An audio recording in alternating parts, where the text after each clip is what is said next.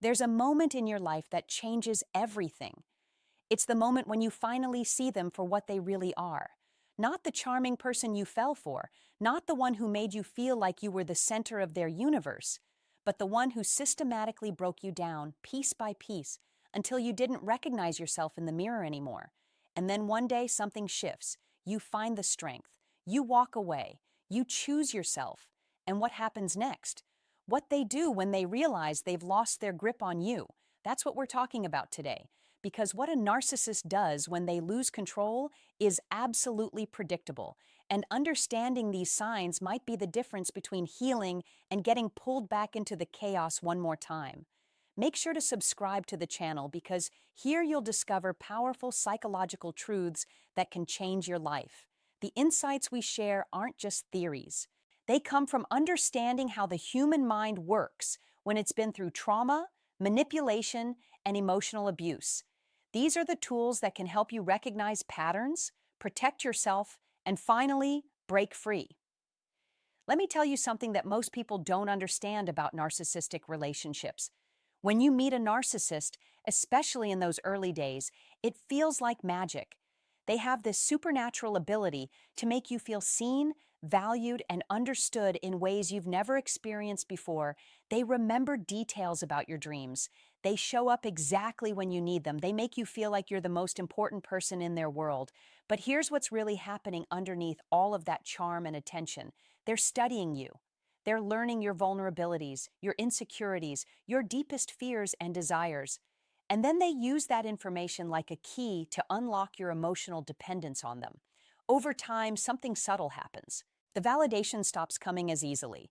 The compliments turn into criticisms wrapped in concern. You'd look better if, or your friends don't really understand you like I do. The isolation begins slowly. It's not dramatic, it's calculated. And by the time you realize what's happened, you're so emotionally entangled with this person that leaving feels impossible. You've been trained to question your own reality. You've been made to feel like you're the problem. You've been convinced that without them you're nothing.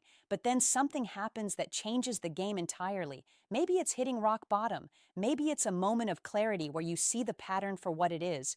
Maybe it's finally believing that you deserve better. Whatever it is, you make the decision to leave. You walk away. You go no contact. You choose yourself. And in that moment, something incredible happens. You take away their power. You remove the one thing a narcissist cannot survive without: control. If you've ever experienced something like this, if you've ever felt that suffocating grip of emotional manipulation, make sure to subscribe to the channel. You're not alone in this, and the people who understand what you've been through are right here. Now, here's what most people don't expect when they finally break free. They think the narcissist will just disappear.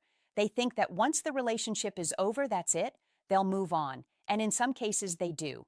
But in many cases, the narcissist does something far more revealing. They show their true colors. They reveal through their behavior that they never loved you as a person. They loved what you represented: control, supply, an audience. And when that's gone, you see who they really are. The first thing you'll notice is the silence. Complete, devastating silence. You've spent months or years receiving constant communication from this person. Messages, calls, unexpected visits, grand romantic gestures. A constant stream of attention that filled every corner of your life. And then, when you leave, it stops. Completely. This silence is not peaceful. It's not the silence of someone moving on and respecting your boundaries. It's the silence of predator who has lost its prey. It's calculated. It's painful. And it's absolutely intentional. The reason this happens is deeply psychological. A narcissist feeds on supply. That's a term that might sound cold, but it's exactly what it is. Your attention, your emotions, your reactions to them, that's their fuel. When you're gone, when you've gone no contact and stopped responding to their messages, they're experiencing a kind of withdrawal. But they're not experiencing it with remorse or sadness in the way a healthy person might miss someone. They're experiencing it as a loss of supply, as a loss of control. And so they go silent because they're searching for their next source. They're looking for the next person who can give them what you gave them, the next person they can charm, manipulate, and control. But here's what makes this silence so psychologically significant. It proves something you need to understand. If a narcissist truly loved you, truly cared about you, they wouldn't be able to just disappear. Real love, authentic love, creates connection that transcends circumstances. But the silence proves that what you had was never about love. It was about utility. You were useful. You were supply. And now that you're not, you don't exist to them. This realization is painful, but it's also liberating. Because once you understand this, once you truly grasp that they never valued you as a human being, the heartbreak starts to transform into clarity. The silence can last for days, weeks, or even months. And during this time, you might find yourself hoping they'll reach out. You might catch yourself checking your phone, wondering if they're thinking about you. But this is the trauma bond doing its work. This is the psychological manipulation still pulling at you. Don't fall for it. The silence, no matter how painful, is actually a gift. It's giving you the space you need to see clearly. It's giving you the opportunity to remember who you are outside of their shadow. But here's something crucial you need to know. The silence never lasts forever. And when it breaks, when they finally decide they need to make contact again, what comes next is often far more dangerous than the original manipulation ever was. The second sign that a narcissist has truly lost control is what I call the final manipulation. This is when they return, but not to win you back in a genuine way. They return with a specific agenda. They might suddenly become the person you always wanted them to be. Love bombing, grand gestures, apologies that sound genuine, that make your heart ache with hope that maybe they've changed. They might tell you they've been seeing a therapist. They might say they realize how much they hurt you and they want to make it right. They might promise that things will be different this time. Imagine this scenario. You haven't heard from them in 3 months. You've been healing, you've been sleeping better, you've been laughing again, and then one day you get a message. It's vulnerable, it's honest, it's everything you wished they would say when you were together. I've realized how much I hurt you. I've been getting help. I miss you. I miss us.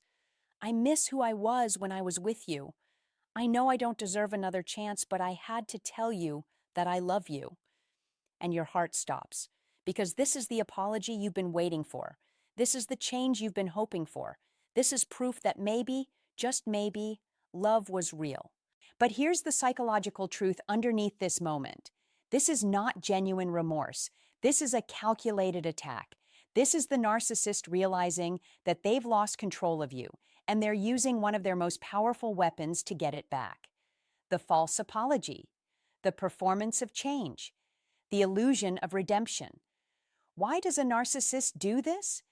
Because the primary objective of a narcissist is not to have a healthy relationship with you. The primary objective is control. And when direct control doesn't work anymore, when you've built up enough emotional walls that their original tactics are no longer effective, they switch strategies. They appeal to your hope. They appeal to your desire for the relationship to have meant something real. They appeal to your compassion and your capacity to forgive. This is where you have to be incredibly vigilant, because the truth is, a narcissist doesn't actually change. They can perform change, they can mimic change. They can tell a beautiful story about change, but the fundamental emptiness at their core, the inability to feel genuine empathy, the compulsive need for control and superiority, those things don't change. What changes is their strategy. They're adapting their manipulation to work on you differently. Real change in a person requires something a narcissist is incapable of: genuine self-reflection, authentic remorse, and the willingness to be held accountable. A narcissist cannot do these things because it would require them to admit fault in a real way, and admitting fault threatens the false image they've constructed.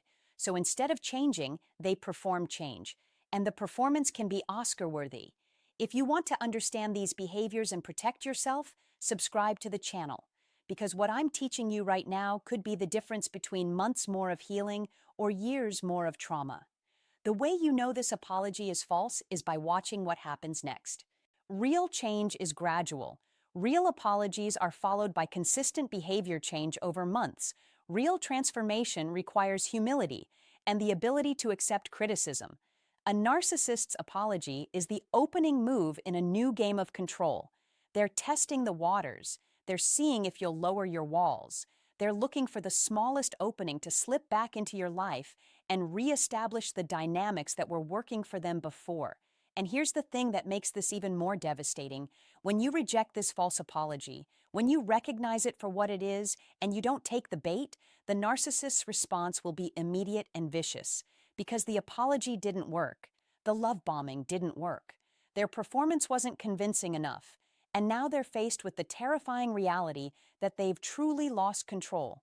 So they shift tactics again. And this is when the third sign becomes visible. The third thing a narcissist does when they've truly lost control is they begin a smear campaign. They start telling people about you, not the truth about you, a carefully curated narrative where they're the victim and you're the villain. They talk to mutual friends. They talk to family members. They post vague things on social media that everyone knows are about you. And in these narratives, they're not the manipulator. They're not the one who abused your emotions and broke your trust. They're the wounded party. They're the one who sacrificed everything for someone ungrateful and cruel. They're the one who was treated unfairly. Think about this moment. You're at a gathering with mutual friends, and someone says something that makes you realize the narcissist has been rewriting history. People are looking at you differently. People you trusted are questioning your character. The narcissist has positioned themselves as the victim, and in doing so, they've made you the enemy. And the cruelest part of this is that the narcissist probably said things about you that are just real enough to be believable, mixed with exaggerations and outright lies that paint you as unstable, ungrateful, or cruel. Why do narcissists do this? Because they cannot survive being seen as the villain in their own story. When you leave them, you threaten their image. You suggest, through your departure, that something was wrong with how they treated you. And a narcissist would rather burn the whole world down than allow that truth to exist. So they rewrite the narrative. They make you the problem. They gather witnesses. They build a case against you to anyone who will listen. This behavior reveals something profound about the narcissist's psychology. It shows you that they're terrified. They're scared that if people actually understood what they did to you, they would be rejected. So they control the narrative. They do to your reputation what they did to your heart. They manipulate it. They twist it. They make something true and beautiful into something twisted and ugly. The hardest part about this is watching people you care about believe the lies. Watching people distance themselves from you because they've been fed a poisoned version of events. And the narcissist, throughout all of this, is playing the victim. They're talking about how much you hurt them. They're expressing sadness about the relationship ending. They're presenting themselves as the wronged party. And because so many people want to believe the best in others, because people are naturally inclined to feel compassion for someone who seems hurt, many will take the narcissist's side. But here's what's important for you to understand. The people who truly know you, the people who have genuine history with you and genuine love for you, they will see through this. And the ones who believe the lies? In many cases, they weren't real friends to begin with. They were people susceptible to charm and manipulation, which means the narcissist's influence over them should tell you something valuable. These people can be manipulated too, and that reflects on them, not on you. The smear campaign is painful. It's one of the most painful parts of breaking free from a narcissist, because it's not just losing the relationship, it's losing your reputation. It's feeling like you're being slandered and you can't defend yourself without looking defensive. But this, too, is a sign of real victory, because a narcissist only launches a smear campaign when they've lost control over the primary target. When they've lost you, they try to control the narrative about you. It's their last desperate attempt at power. And finally, there's the fourth sign, the one that often proves to be the most visually painful, even though psychologically it's perhaps the most revealing of all. A narcissist who has lost control over you will very quickly move on to someone new. And not only will they move on, but they'll make sure you know about it. They'll parade this new relationship publicly. They'll post pictures. They'll be more attentive to this new person in the early stages than they ever were to you, at least publicly. They'll ensure that you see how happy they are, how quickly they've moved on, how the new person is everything you weren't. This might feel like the ultimate betrayal, like proof that what you had was meaningless, like confirmation that they never cared about you at all. You're sitting with your pain, you're processing the trauma, you're trying to heal, and they're already months into a new relationship, living their best life, happy and carefree. It feels unfair. It feels like they won. But here's the psychological reality of what's actually happening. The new relationship is the narcissist doubling down on their core strategy. They need supply and they need it immediately. The silence without you was unbearable. The failure of their manipulation attempts was devastating to their ego. So they find someone new. And in the early stages of this new relationship, they bring out the exact same playbook they used with you. The same charm, the same attention, the same grand gestures. The new person is experiencing the love bombing phase, the magical phase, the phase where they feel like they've finally found the one. And the narcissist is making sure you see it. Why? Because they need to regain control over you.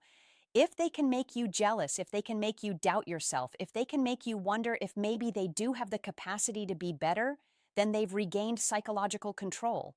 They've made you think about them. They've made you question your decision to leave. They've made the breakup about them and their new relationship, rather than about your healing and growth. But here's what you need to understand about this behavior. It's not actually about the new person. The narcissist doesn't care about the new person any more than they cared about you. The new person is just a new source of supply. They're just the new audience for the narcissist's performance of being in love. And very often when the honeymoon phase ends for the new person, when they start to see the cracks in the narcissist's facade, they'll experience the exact same cycle you did. The same grooming, the same isolation, the same breakdown, the same manipulation. Because the narcissist doesn't change. They just find new people to practice their patterns on. This is actually liberating information because it means the narcissist's new relationship has nothing to do with you. It has nothing to do with your worth or your value as a person. It has everything to do with the narcissist's inability to be alone with themselves, their need for constant external validation, and their compulsive drive to control and manipulate anyone in their orbit. When you can see the narcissist's new relationship from this perspective, when you can recognize it for what it truly is, another victim being set up to experience the same pain you experienced, something shifts inside you. You stop seeing it as a personal rejection. You start seeing it as confirmation of the pattern. You start understanding that your leaving wasn't about you not being good enough. It was about them never being good enough. It was about their fundamental inability to love another human being in any genuine way. And this brings us to the real meaning of victory, because victory over a narcissist is not what most people think it is. It's not about winning a competition. It's not about proving that you were right and they were wrong. It's not about them admitting what they did to you or showing remorse or changing their ways. Because here's the truth. You will probably never get those things. The narcissist will likely never fully acknowledge the damage they caused. They'll never have a moment of genuine remorse where they truly understand the pain they inflicted. They'll never change in the way you want them to change. That's not victory. That's just more waiting, more hoping, more disappointment. Real victory is something completely different. Real victory is the moment when you stop needing them to be different. The moment when you stop needing their acknowledgement or their apology or their change. Real victory is when you've built yourself back up so completely that what they do, where they go, who they're with, whether they're happy or suffering, none of it affects you anymore. Real victory is emotional freedom. It's the ability to hear about the narcissist through the grapevine and feel nothing. It's scrolling past their social media posts and not feeling a twinge of pain or jealousy. It's hearing through mutual friends that they're in a new relationship and genuinely not caring. It's understanding completely and deeply that this person took up enough space in your life and you will not give them any more. This is what it means to truly defeat a narcissist. Not through confrontation, not through proving them wrong, not through making them feel as bad as they made you feel, but through deciding that your own life, your own healing, your own happiness is more important than any quest for revenge or validation. When you reach that point, when you've healed to the degree that you're no longer triggered by them, when you've built a life that doesn't require their presence or their approval, when you've become so emotionally independent that their behavior towards you is irrelevant, that's when you've really won. Because the narcissist cannot survive in a world where they don't matter to you. Their power source depends on your care. Your pain feeds them. Your longing for them sustains them. Your hope that they'll change energizes them.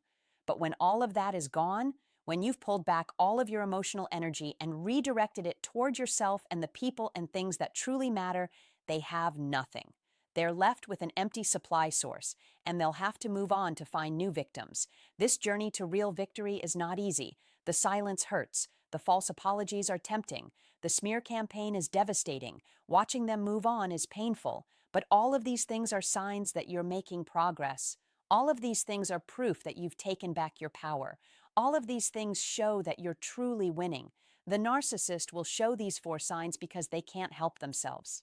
Their psychology, their need for control, their inability to truly connect with another human being, their compulsive drive to maintain a false image, all of it will compel them to behave in these predictable ways. And when you can see these behaviors for what they are, when you can understand the psychological machinery behind them, you're no longer a victim. You're an observer. You're an analyst of your own experience. And that shift in perspective is transformative. As you move forward, remember this: your value was never determined by what the narcissist thought of you. Your worth was never in their hands. They didn't give it to you, so they can't take it away. And the person you're becoming in the aftermath of this relationship is someone who knows themselves better, someone who recognizes manipulation when they see it, someone who understands that healthy love looks completely different than what you experienced with them. And that person is so much stronger than the person who met the narcissist in the first place. You've already shown the courage it takes to walk away. That's the hardest part. Now it's about honoring that decision by not looking back. It's about building a life that's so full, so meaningful, so genuinely yours that there's no room for the narcissist to haunt you anymore. If you want clarity, self-respect, and emotional freedom in your life, subscribe now, because you deserve to understand these patterns to protect yourself and to build a future that's free from manipulation. And share this video with someone who needs to hear this. Someone you know who's struggling in a relationship that feels toxic. Someone who's experiencing the confusion of a narcissistic connection. Someone who needs to know that what they're going through has a name, has a pattern, and most importantly, has a way out.